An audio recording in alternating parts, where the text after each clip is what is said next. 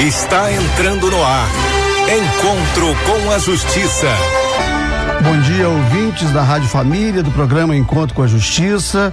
Hoje o programa não será apresentado pelo desembargador Ciro Darlan, mas por mim, João Batista Damasceno, que tem estado com ele aqui às sextas-feiras, juntamente com o desembargador Rogério de Oliveira Souza e com o desembargador Antônio Carlos Esteves Torres.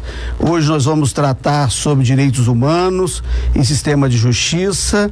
Estamos recebendo aqui o professor José Ricardo Cunha, doutor pela Universidade Federal de Santa Catarina, professor adjunto da Faculdade de Direito da Universidade do Estado do Rio de Janeiro e autor de alguns livros, dentre os quais Direitos Humanos, Sistema de Justiça, uma pesquisa empírica com defensores públicos e promotores de justiça do Rio de Janeiro, e Direitos Humanos, Poder Judiciário e Sociedade. Nós estamos aqui também com o Dr. Carlos Eduardo, advogado e membro do Instituto dos Defensores dos Direitos Humanos, o DDH. Eu vou passar a palavra aqui ao desembargador Rogério de Oliveira Souza para saudar aqui os nossos convidados.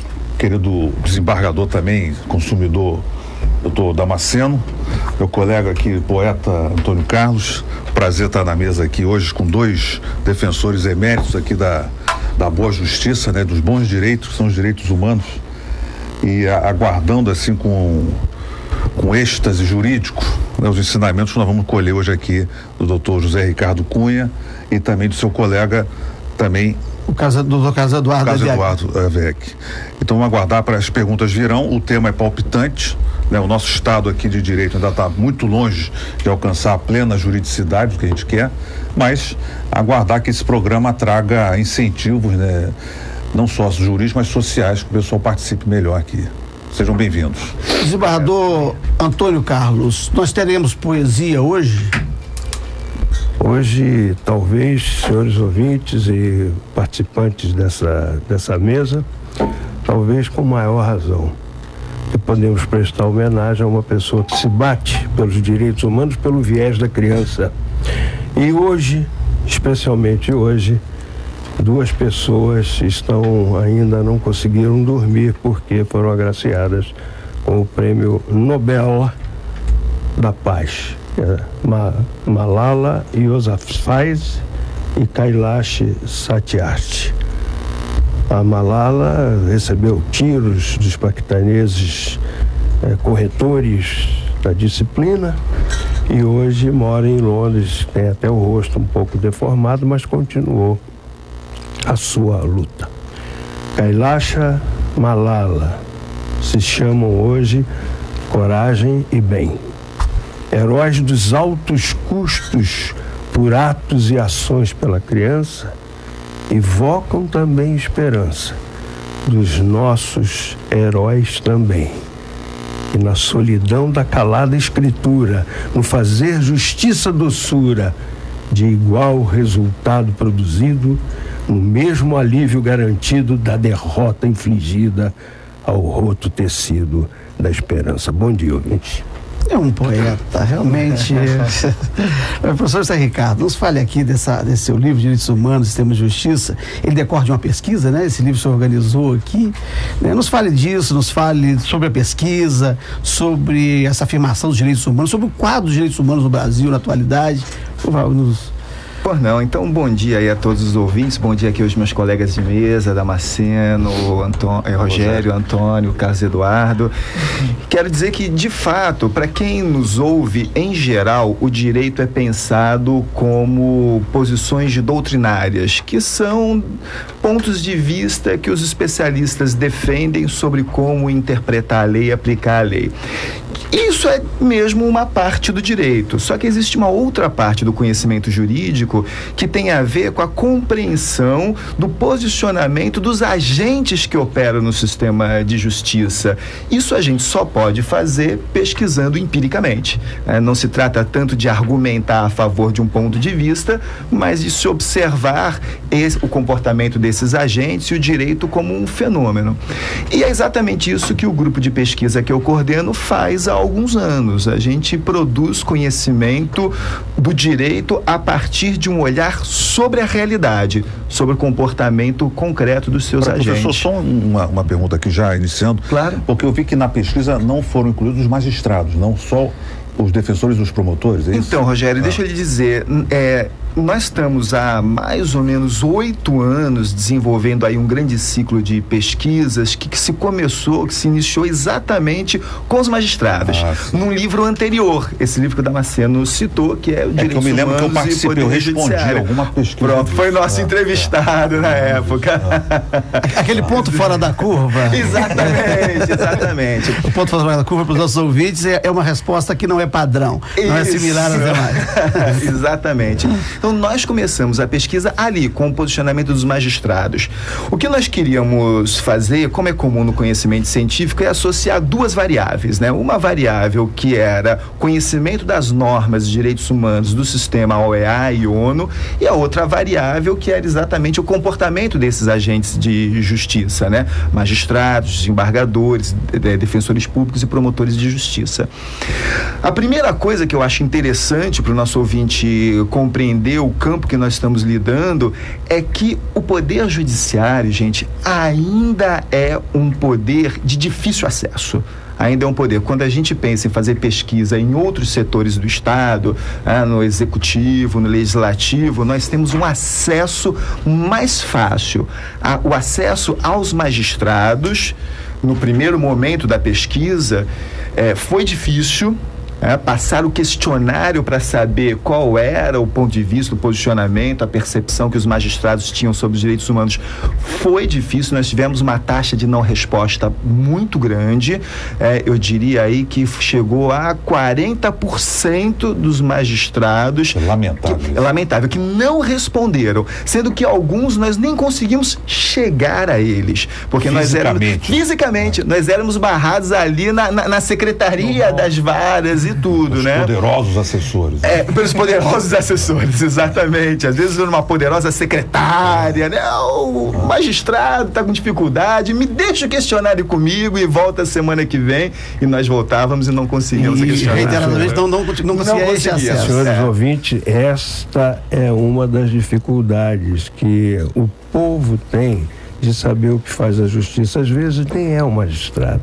Às vezes até ele nem sabe o que está acontecendo. Exatamente. Porque ele tem mais o que fazer, ele tem que decidir processos em algarismos, né, em aritmética produtiva, como se fosse carro. As metas, mas isso era uma dificuldade. Aí nós procuramos outras estratégias, os pesquisadores procuravam os magistrados depois das audiências, e aí nós conseguimos de fato acesso a ele, tivemos essa taxa de não resposta de 40%, e com esses 60% nós conseguimos perceber o que naquele primeiro momento da pesquisa. Primeiro, os direitos humanos, embora causem muita polêmica na sociedade, porque nem todas as pessoas compreendem adequadamente o que sejam os direitos humanos, aquela ideia de direitos humanos... Seja muito usado em discurso, né? Direitos humanos como direitos bandidos, aquele senso comum ainda existe muito forte. Mas no âmbito do judiciário, a compreensão de que os direitos humanos têm a ver com a proteção dos direitos, das liberdades, dos direitos sociais, isso existe. E de todas as pessoas humanas como titulares de direitos mínimos. De todos os seres humanos como titulares desses direitos. Quer dizer, não importa o que você faça, você é ser humano, tem que ter certos direitos respeitados, sempre. Então, o nosso poder judiciário, os nossos magistrados aqui no Tribunal de Justiça do Rio de Janeiro, demonstraram uma compreensão dos direitos humanos que defende exatamente essa perspectiva. Quer dizer, no âmbito do judiciário não há, digamos assim, muito preconceito acerca dos próprios direitos humanos. Professor, apenas para podermos entender, porque o senhor falou da dificuldade do acesso ao magistrado. Isso. E agora o senhor está trazendo o resultado da... Exatamente. Quer dizer, conseguido o acesso, isso, as coisas tomam um outro rumo, tomam uma outra feição. Posso pensar assim, professor? É exatamente isso. Então, dentro daquilo que nós conseguimos pesquisar, o resultado da pesquisa mostrou que os nossos juízes têm uma compreensão adequada, livre de preconceitos acerca dos direitos humanos. Foi assim que eles responderam à pesquisa. O que é um dado interessante, é uma coisa boa. Positivo, muito positivo. No entanto, eles em geral associam os direitos humanos à nossa própria normatividade interna, a Constituição, as leis infraconstitucionais que nós temos no Brasil. As convenções e tratados internacionais não entram na aplicabilidade do dia a dia. Quando nós perguntamos sobre essas normas internacionais dos direitos humanos, as normas da ONU, das Nações Unidas, da Organização dos Estados Americanos, que conformam uma espécie, gente, de legislação supranacional. Um sistema internacional de justiça. Sistema internacional de justiça. É como se fosse uma Constituição mundial sobre os direitos humanos. Mas com vigência no país, né? Mas com vigência no país. Todas essas normas foram incorporadas pelo direito brasileiro. Essas normas os nossos magistrados demonstraram, na grande maioria, não conhecer. Só 20% dos nossos magistrados entrevistados disseram que conheciam essas normas, mas que não necessariamente as aplicavam na fundamentação das suas sentenças. Interessante isso, hein? O DDH, doutor Carlos Eduardo, como é que é a defesa, né? Nós estamos ouvindo aqui um professor, um pesquisador, né, sobre os temas de justiça e direitos humanos. O senhor é um advogado, né, militante do Instituto dos Defensores dos Direitos Humanos. Está lá no fórum, né, andando pelos corredores, gastando a sola do sapato, indo aos balcões dos cartórios, né, de fazer a defesa dos seus, né, das pessoas assistidas pelo DDH, o Instituto de Defesa dos Direitos Humanos. Como é que o senhor tem a percepção do funcionamento judiciário, né, nesta aplicação da justiça cotidianamente, sobretudo para os réus, né, que é o caso dos assistidos do DDH, pretos, pobres e outros desvalidos? As senhoras, que o eufemismo chama de prostituta, né? Mas o termo, a rigor, é puta. Como diz Ulisses Guimarães, né? Porque nós temos que nos aproximar da linguagem comum, porque senão o programa ficará de uma intelectualidade só. E não é agora mesmo. Os nossos ouvintes são bem ecléticos, né? Nós temos exatamente. Nós temos aqui poetas lá de fora, né? Eu sou um simulacro de poeta, mas o fato é que nós temos aqui, agora estamos falando de estrépitos de estalo de São João. Vamos lá, Bom, eu gostaria de saudar todos os ouvintes, dizer que eu estou muito grato pelo convite aqui formulado para a presença do DDH nesse debate e saudar todos os companheiros hoje que estão participando dessa roda de discussão e dizer o seguinte, Damasceno, é muito complicado a defesa no cotidiano em que você tem uma justiça com corte bastante seletivo, né? Uma aplicabilidade dos direitos humanos na medida em que você tenha determinadas qualidades em relação à pessoa envolvida como acusado. Inclusive se comentava tempos atrás, eu não sei se eu ouvi até um comentário seu, que o Supremo Tribunal Federal era melhor há um tempo atrás porque ele reconhecia mais os direitos e garantias fundamentais que hoje parece que os ministros eles tendem a deixar de lado em várias situações. Comentários do doutor Damasceno dá processo. E por conta de questões de falta de compreensão em relação a essa importância de se reconhecer direitos. Certa vez eu ouvi numa sustentação oral de um desembargador que eu passei a admirar muito, que eu não o conhecia, que ele falou que o papel do juiz era de reconhecer direitos. E era um desembargador que nem era originário da carreira, tá? Era desembargador oriundo do Ministério Público, que diz que o papel era reconhecer direitos, ou seja, ele tinha a dimensão do que é ser magistrado. Ele incorporou. Ele não me interessa que o acusado é XYZ. Onde ele tiver direitos a serem reconhecidos, eu vou atuar. Uma coisa que me salta aos olhos atuando preferencialmente na seara criminal, isso que o professor Zé Ricardo até falou, a falta de conhecimento dos juízes acerca dos regulamentos internacionais. Muitos dos dispositivos da Convenção Interamericana de Direitos Humanos não são respeitados. Hoje o DDH milita numa rede chamada Rede Justiça Criminal por um instituto que é derivado da Convenção Interamericana, chamada Audiência de Custódia. Nós, junto com o Instituto de Defensores, o Instituto de Defesa do Direito de Defesa, o IDDD, a Conectas, a Sou da Paz, uma série de organizações que compõem essa rede de justiça criminal, tem brigado no Congresso Nacional, né? E o nosso interlocutor nesse debate é o senador João Capiberibe, que apresentou um substitutivo ao projeto de lei do Senado 554 de 2011 para instituir esse instituto da audiência de custódia na legislação processual penal. Qual a importância disso? A importância disso é que não chegue um papel ao juiz que vai examinar o auto de prisão em flagrante no plantão, mas que chegue um acusado, uma pessoa, para que ele fiscalize as condições de detenção pretéritas desse acusado, porque sabemos que a prisão em flagrante ela tem um lapso muito perene de duração no tempo, de 24 horas, fora disso ela se torna ilegal e alguns juízes não têm levado muito a sério esse prazo de 24 horas e também para que nessa primeira audiência o juiz se pronuncie sobre a necessidade ou não de conversão do flagrante. É uma prática corrente em vários países da América Latina, viu, professor?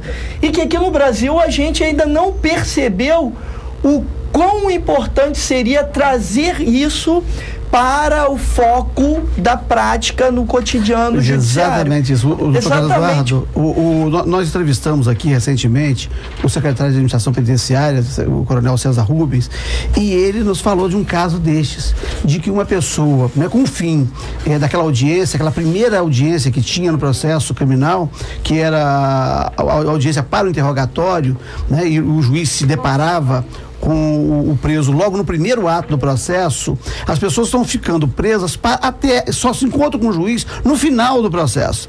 E ele falou do caso de um rapaz que tinha sido preso, um ladrão de galinha. E ele falou assim, literalmente um ladrão de galinha. Era um rapaz que trabalhava no frigorífico e que estava furtando um frango abatido. Ele colocou o frango dentro da roupa, levou, foi preso e ficou preso, né? E ele, como secretário de Administração Penitenciária, né, se espantou com aquilo, só tomou ciência da prisão do rapaz. Ele tomou ciência 40 dias depois e ele alertou o sistema de justiça, né, para aquela pessoa que ele tinha sob a sua cautela, né, e que ele considerava uma injustiça. Isso é um caso muito sério, essa supressão, né, dessa audiência prévia, né, e acho muito interessante este projeto. Aí que eu pergunto, Damasceno, da audiência de custódia, que vai possibilitar esse encontro prévio. Aí que eu pergunto onde é que funcionam essas organizações de defesa, né? Porque é comum, a gente sabe que ocorre isso. Mas isso é a pergunta que eu ia fazer agora ao professor Zé Ricardo, que é o 5º capítulo do livro. Porque onde é que elas atuam, na verdade? Porque se a gente tem casos assim que é comum no sistema, é comum, infelizmente, os juízes não têm essa preocupação, as organizações de defesa funcionam em que momento? Então, quando já está violado o direito, né? É isso que eu queria perguntar, o professor Zé Ricardo. O senhor, né, o 5º capítulo do livro, né, o senhor escreve aqui junto com a Carolina Alves e o Rodolfo, né? Aí o Rodolfo me chamou para fazer preferir uma aula no ano passado, uma aula pública, e em decorrência da aula que o professor Rodolfo me chamou para dar, eu respondi mais um processo no aula especial. Infelizmente foi arquivado, né? Mas ele teve a humildade de declarar, não, foi uma aula e eu que convidei, né, para esta aula. Mas esse 5º capítulo, o senhor fala aqui com os dados sobre o perfil e a formação e a prática dos defensores públicos e promotores de justiça. Como é que foi essa pesquisa? Que dados foram esses? Né? O que o senhor aferiu, né, dessa pesquisa e que consta desse livro? Então, Damasceno, Numa primeira fase da pesquisa, nós investigamos o Poder Judiciário, juízes, desembargadores e chegamos à conclusão de que os magistrados têm uma concepção interessante de proteção dos direitos humanos, sem nenhum tipo de preconceito. No entanto, ainda não conhecem as normas internacionais e pouco aplicam.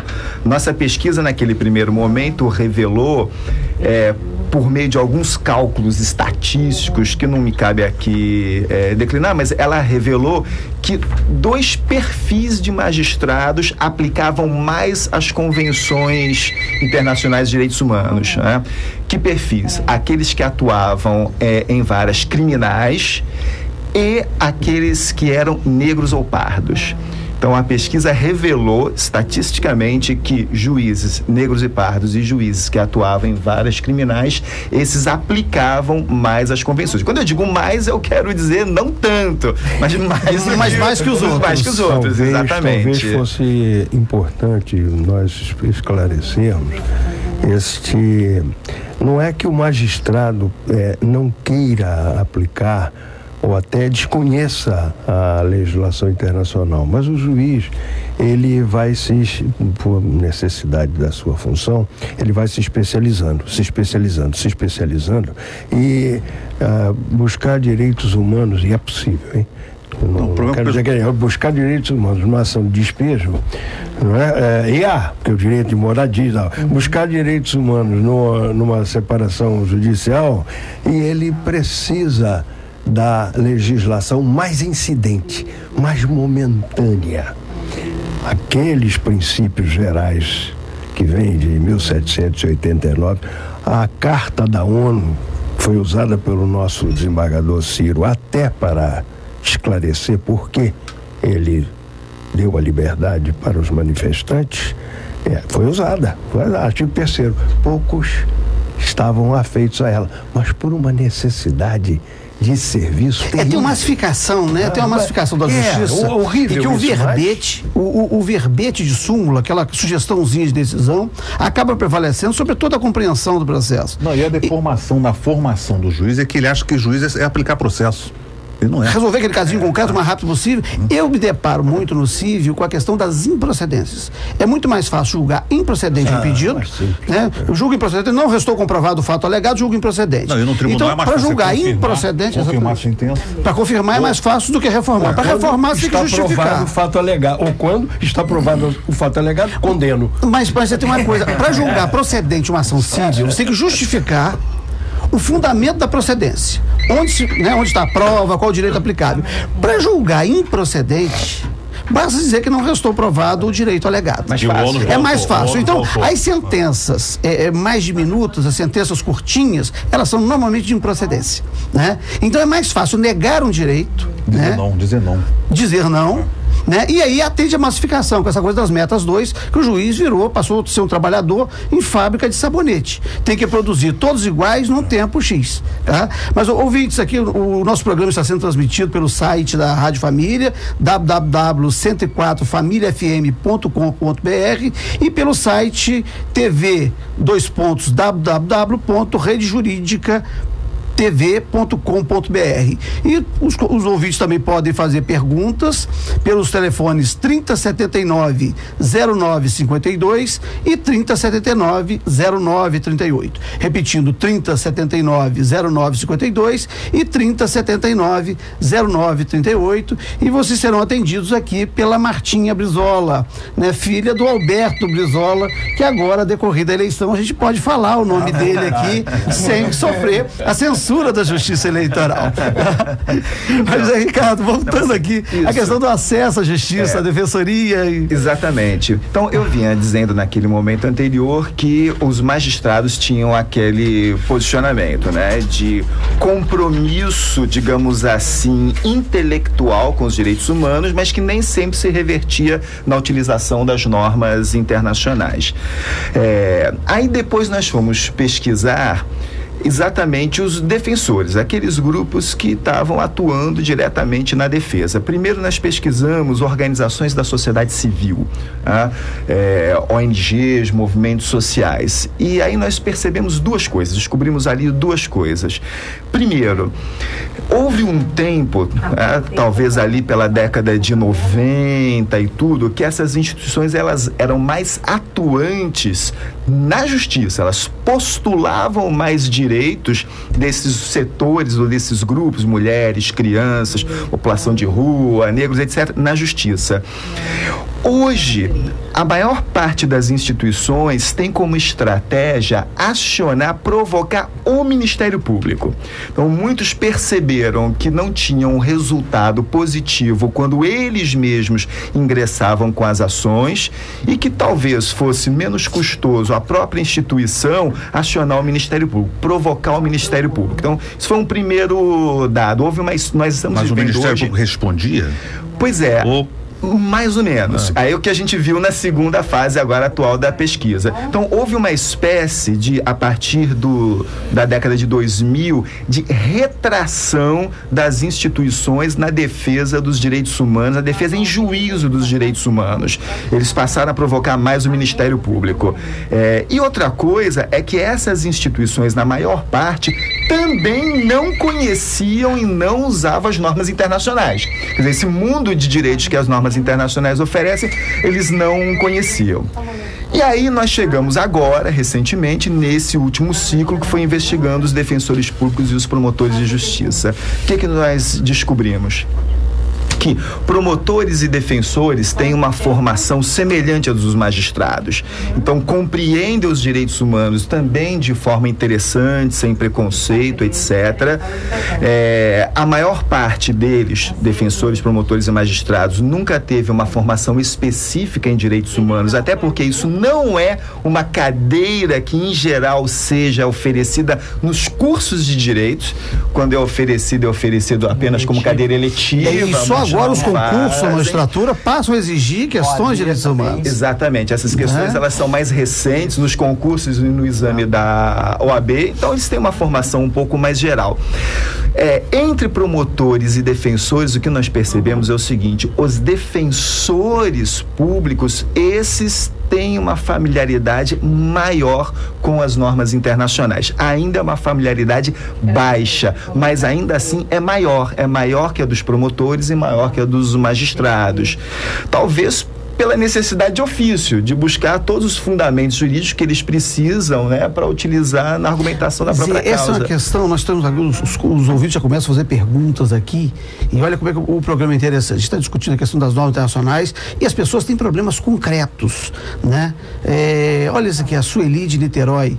Minha neta foi abusada pelo pai com 4 anos, mas a mãe, minha filha, não queria mais criá-la e retirou a queixa. Eu já levei o laudo da pediatra para a delegacia, mas a minha netinha está com o pai.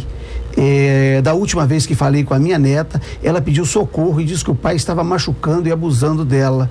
Não sei aonde minha neta está e eles não deixam eu vê-la. A investigação acontece desde abril e ninguém na delegacia me diz nada. Estou desesperada. O que posso fazer para acelerar o processo? Doutor Carlos Eduardo, o senhor que é o advogado do Instituto de Direitos Humanos, uma situação dessa aqui, um caso concreto desse aqui, O papel que se cabe dentro de um caso desse é cobrar, de quem efetivamente tem providências, exercer até o controle externo da atividade policial, o nosso Ministério Público, e eventualmente, até porque o caso, quando você nós voltamos a cobrar do Ministério Público, tá vendo? Exatamente. Porque, infelizmente, a gente fica um pouco amarrado nessa situação. Por quê? Porque a posição da defesa de direitos, quando o Ministério Público é o dono da pretensão de acusar, do direito de postular em juízo uma acusação, é meramente acessória. Isso quando o processo já está devidamente instaurado, a denúncia é recebida, enfim. Até lá ficamos na mão do órgão ministerial. É isso. Queridos ouvintes... Só em relação a isso, veja que interessante. Eu até recomendaria a essa nossa ouvinte, etc., entrar em contato logo com o Conselho Tutelar. Mas depois, na sequência, eu vou comentar como é que se articula o caso concreto com a nossa pesquisa. Ah, ótimo.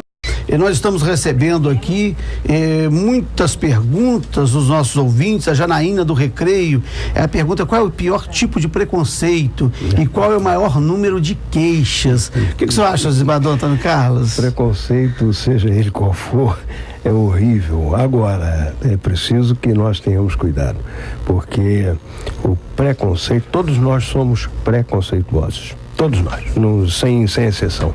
Até porque, na sua origem, na sua base, o preconceito é apenas um sistema de defesa.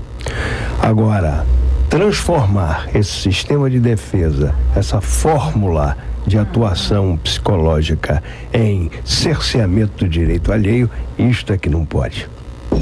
Mas a Wanda de Manguinhos, ela diz, doutor Carlos Eduardo, meu filho está preso há 6 meses.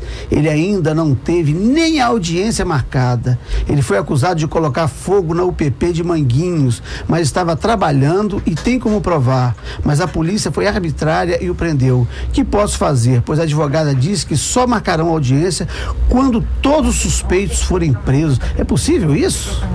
Bom, essa explicação é um pouco incongruente, assim, a grande questão é que ela está sendo assistida por uma colega, né, advogada, o que parece. Eu sugiro conversar com essa colega no sentido de colher alguns esclarecimentos, porque essa informação de fato não procede para efeitos de marcação de audiência. Em termos técnicos, doutor, veja bem, se ele foi preso em flagrante mesmo, típico, né, muda muito o universo das coisas, né? Quer dizer, e a prisão preventiva, a prisão, enfim...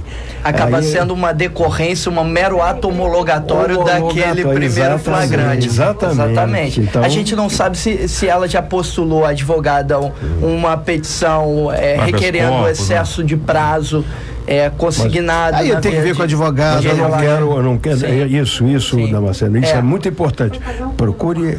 Porque ela tem uma orientação. Procure a sua advogada, por favor. Mas o professor José Ricardo, dando continuidade aqui, eu já vou passar também uma pergunta que o senhor aproveita e continua, né? O que o senhor estava falando, nós tivemos que interromper para o nosso intervalo. A Ivanilda disse, para mim, direitos humanos não existe para pobre. E aí ela veio com o caso dela. Há 10 meses, meu telefone não funciona direito. Há 2 meses atrás, meu marido foi ao Procon e nada foi feito. Até agora, como solucionar meu problema? Vê que ela tem um problema no telefone, né? Mas que se relaciona evidentemente, né, com os direitos humanos que não funciona para pobre. Acho que a Ivanilda está coberta de razão. Na verdade, os direitos humanos, eles se caracterizam como um sistema de proteção. Mas pensando bem, todo direito se caracteriza como sistema de proteção. O direito, o ordenamento jurídico, ele é feito para proteger as pessoas. Só que os direitos humanos, eles foram pensados para proteger os que mais precisam. É isso, direitos humanos é uma proteção especial dentro da proteção geral do direito. Quais são os que mais precisam? São os que mais sofrem preconceito, são os que mais sofrem violência e opressão, seja da sociedade em geral, seja das instituições. Portanto, Ivanilda, a grande contradição é que os direitos humanos foram feitos para você. Só que, no entanto, pessoas como você têm mais dificuldade de garantir os seus direitos. Por isso que é importante que o sistema de justiça, que os nossos defensores, promotores e magistrados compreendam, sejam proativos, vistam a camisa dos direitos humanos. No caso anterior da criança que estava sofrendo violência, agressão e abuso, que eu até sugeri àquela avó que procurasse ali o Conselho Tutelar, etc. Mas vejam só a ligação direta. A Convenção Internacional dos Direitos da Criança da ONU fala que toda a ação social e judicial que envolva a criança tem que levar em consideração o princípio do melhor interesse da criança. Ou seja, na hora de aplicar a lei, qualquer que seja a lei penal, processual, civil, etc., o que deveria orientar o juiz? o princípio do melhor interesse da criança. No direito penal, há um princípio que nós conhecemos que é, na dúvida, pro réu. Claro, para você não condenar um inocente. Mas nos direitos humanos há um princípio que é, na dúvida, pro vítima. Na dúvida, pro vítima. Você não sabe exatamente o que está acontecendo, protege a vítima, toma todas as medidas necessárias para proteger a vítima. E a partir daí você conduz o processo. Quer dizer, magistrados, defensores, promotores que compreendem esse tipo de sistema podem ter a ação mais proativa. Que é o caso do desembargador Ciro Darlan, né, que apresenta esse programa aqui, que é o titular da apresentação desse programa, né? O Ciro já é desembargador há mais de 10 anos e ele ainda é reconhecido como juiz da infância e juventude. Eu costumo brincar com ele, digo, Ciro, se um dia você for pro Supremo e for o presidente do Supremo, as pessoas vão olhar para você e vão dizer assim, aquele juiz da infância e juventude agora é o presidente do Supremo.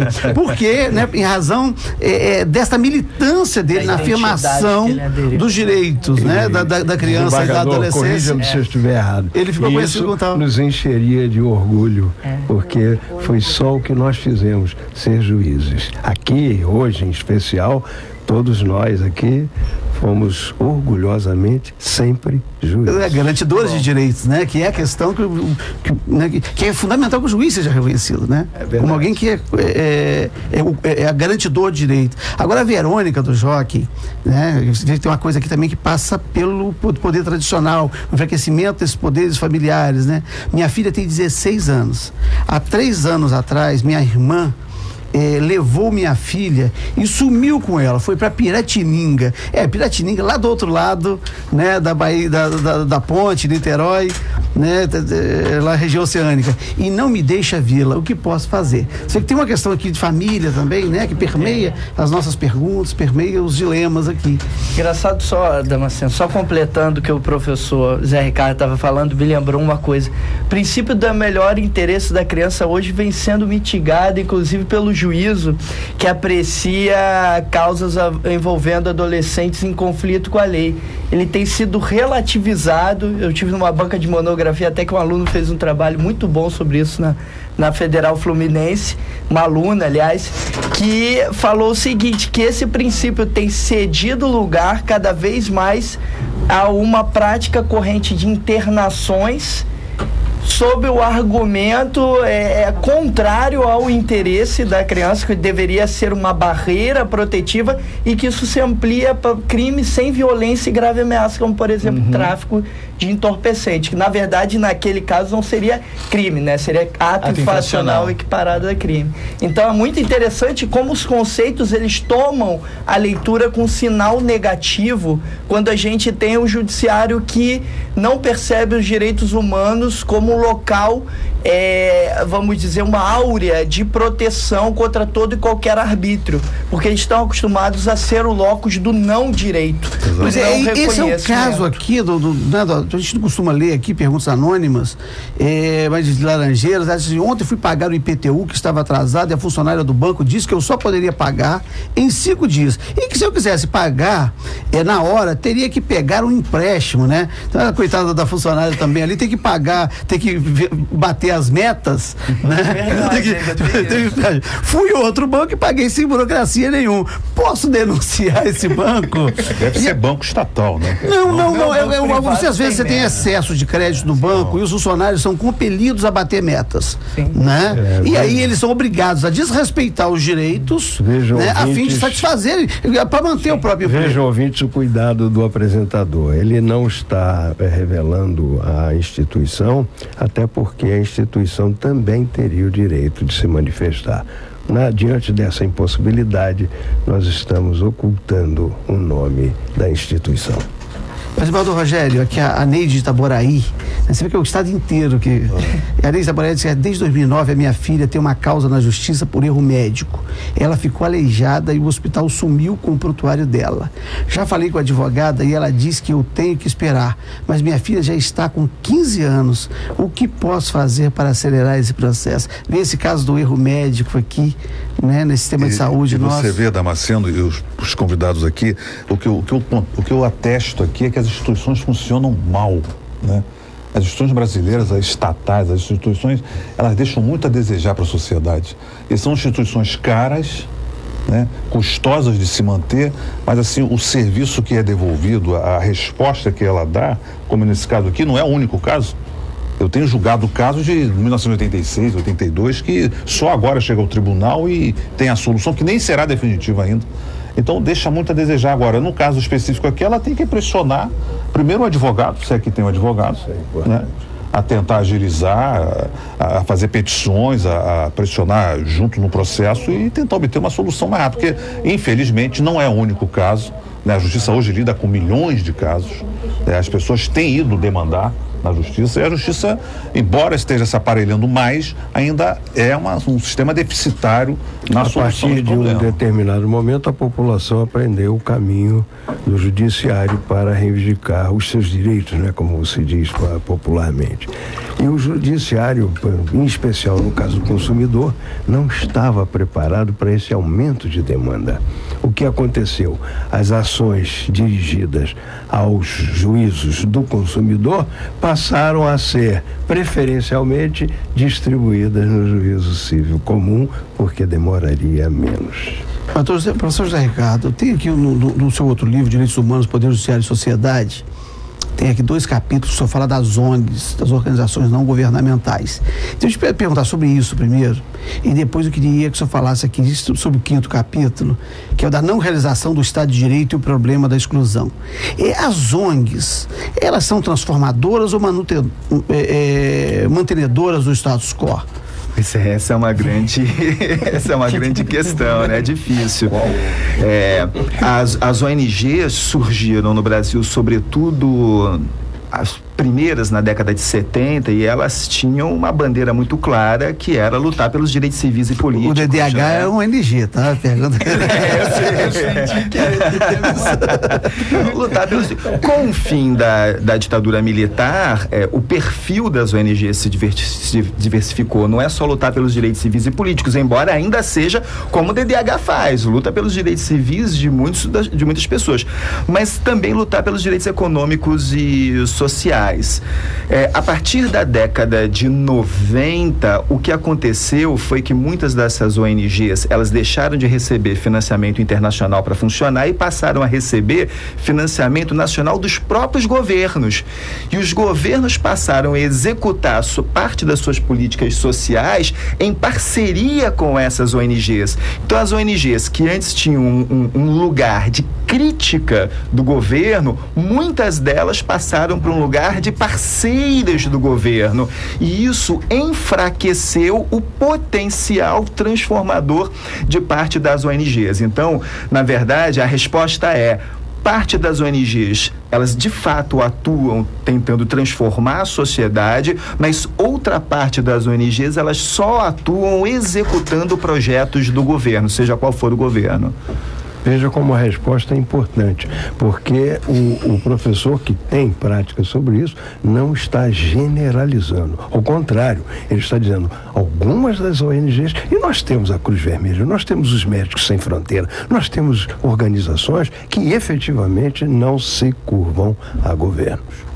O DDH também, só fazendo um registro aqui, nós não recebemos financiamento do governo, temos como premissa fundamental para que não tenhamos amarras, nem prestações de contas e nem eventuais ações que reflitam perseguições políticas, que as famosas ações de improbidade, enfim, nós temos o maior cuidado de nos resguardarmos de não participar de financiamentos governamentais nesse sentido e de empresas privadas, exatamente para manter a independência. Hoje a nossa grande dificuldade de subsistência é que o nosso financiamento é muito escasso, mas ele é oriundo de iniciativas internacionais. Isso é muito interessante, e só por isso, né, se mantém a independência, né, e possibilita a contraposição às próprias violações dos direitos, que são praticadas pelo Estado, né? Se tivesse em parceria, né, com o Estado, como é que poderia questionar a arbitrariedade, a ação lesiva do Estado? Vou até explorar o professor aqui, que é uma dúvida minha de tempo, eu, como estudante de história mesmo. Nós temos violações de direitos humanos na seara internacional, que isso é quase diário. Temos agora na Síria, no Iraque, no Sudão, na América Central, tudo. É possível nós aplicarmos os regulamentos de defesa dos direitos humanos sem a força atrás? só na seara, só discutindo juridicamente, é possível isso? Rogério, me parece que não. Na verdade, a aplicação dos direitos humanos como a aplicação de qualquer norma jurídica implica a possibilidade de um exercício de força que constrange o agressor a fazer cessar aquela violência. Sem isso não tem como. O dilema é porque no mundo moderno essa força ela é monopolizada pelo Estado. Só que muitas vezes, como o Damasceno falou, é o próprio Estado que perpetra essa violação. Por isso o Sistema Internacional dos Direitos Humanos, para você criar órgãos, instâncias e cortes independentes dos governos locais para proteger essas pessoas. Isso funciona, tá? A Corte Europeia dos Direitos Humanos, a Corte Interamericana dos Direitos Humanos, na África já existe Corte Internacional de Justiça de Haia. Tem um problema aí, que o direito repousa em última instância na força, né? E aí é em última instância. Não tem como evitar isso. O problema é que nós estamos vulgarizando o uso da força e mesmo os atores do sistema de justiça estão empreendendo a força como a premissa para a aplicação do direito, né?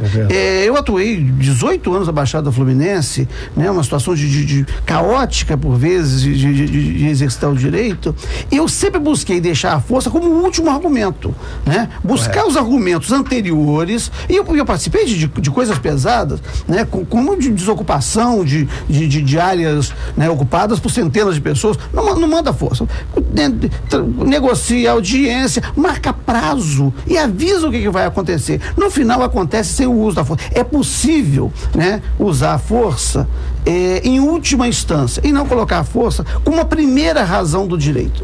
É claro que a força, no final das contas, para implementar, se os outros meios todos falharem, a força tem, né, que ser usada, né, sob pena de não se conseguir, né, vencer a agressão, vencer a resistência do agressor, né? Mas o problema é que não se poderia usar a força como primeira razão, né, que é lamentavelmente que a gente tem visto. Mas a Adriele de Caxias, né, ela faz uma pergunta aqui, eu vou passar para o professor José Ricardo, assim: perto da minha casa tem uma comunidade muito pobre. Crianças andam peladas, brincam no esgoto, no meio de ratos e lixo. As pessoas não têm água encanada e vivem na miséria.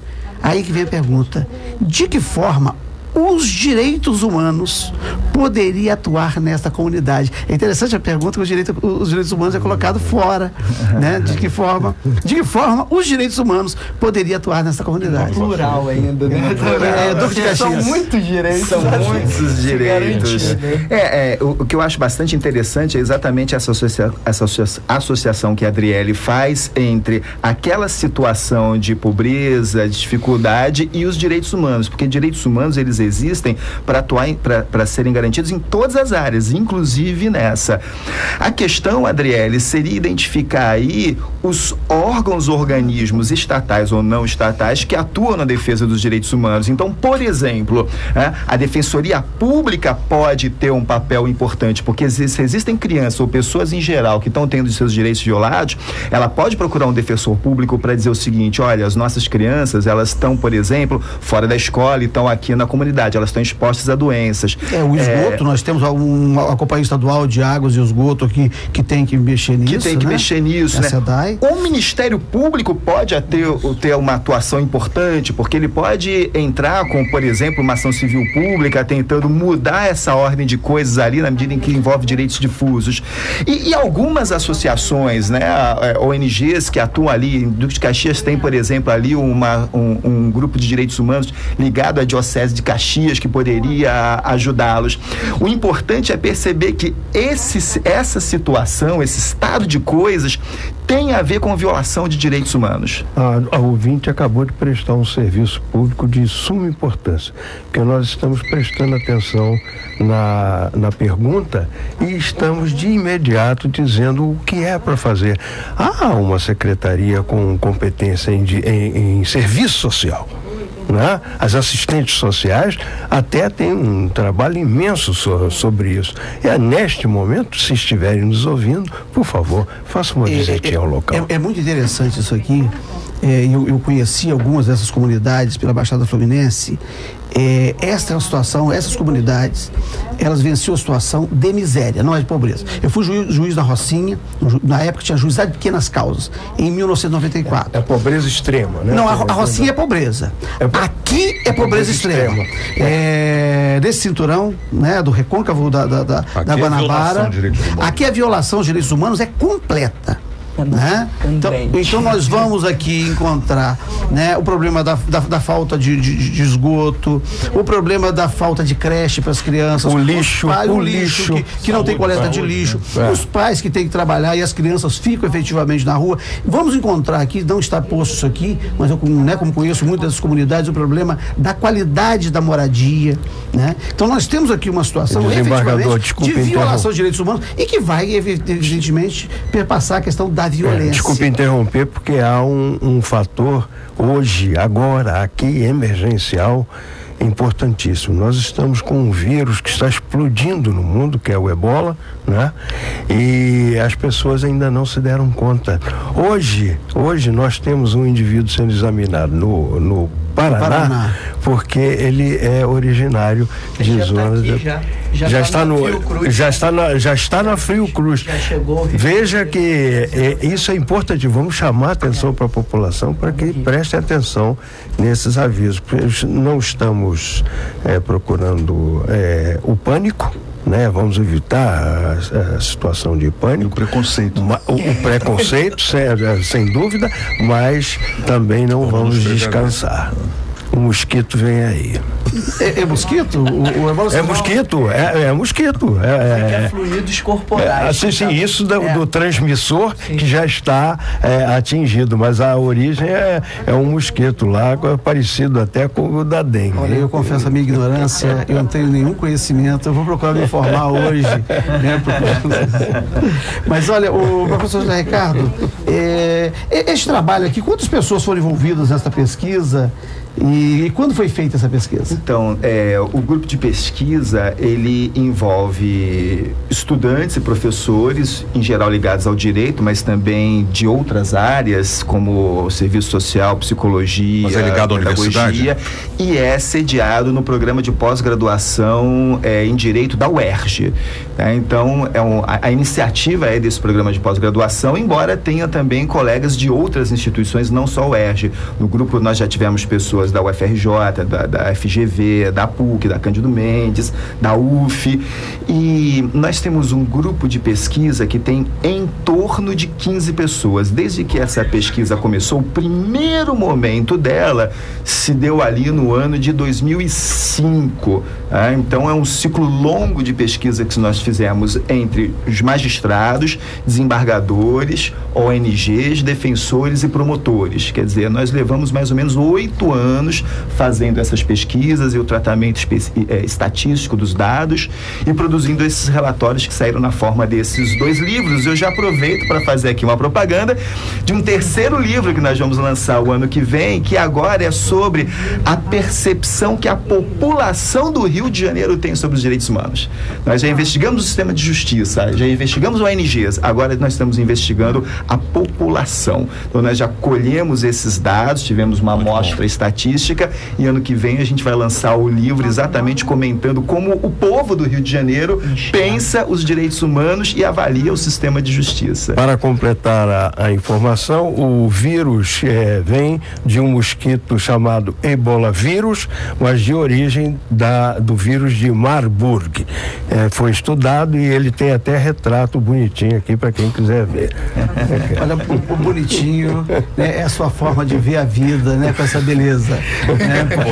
Beleza é a sua forma poética de ver a vida, né, mas ele tem nada de bonitinho. Mas o Benedito, eu acho que não é o ministro Joaquim Barbosa, não, né? É o Benedito Joaquim Barbosa. Não, esse aqui é da Ilha do Governador.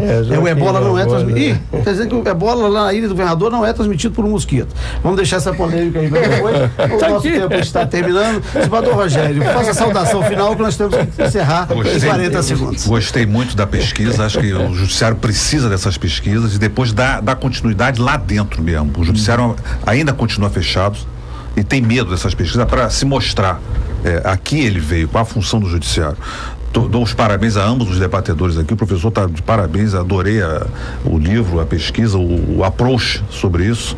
E, quiçá, que voltem, né, oportunamente. Tudo bom. Quando lançar o próximo livro, o senhor já está convidado. Obrigado, né? O nosso tempo, lamentavelmente, né, já acabou. E na próxima semana estaremos de novo aqui com o programa Encontro com a Família. Encontro com a Justiça, na Rádio Família.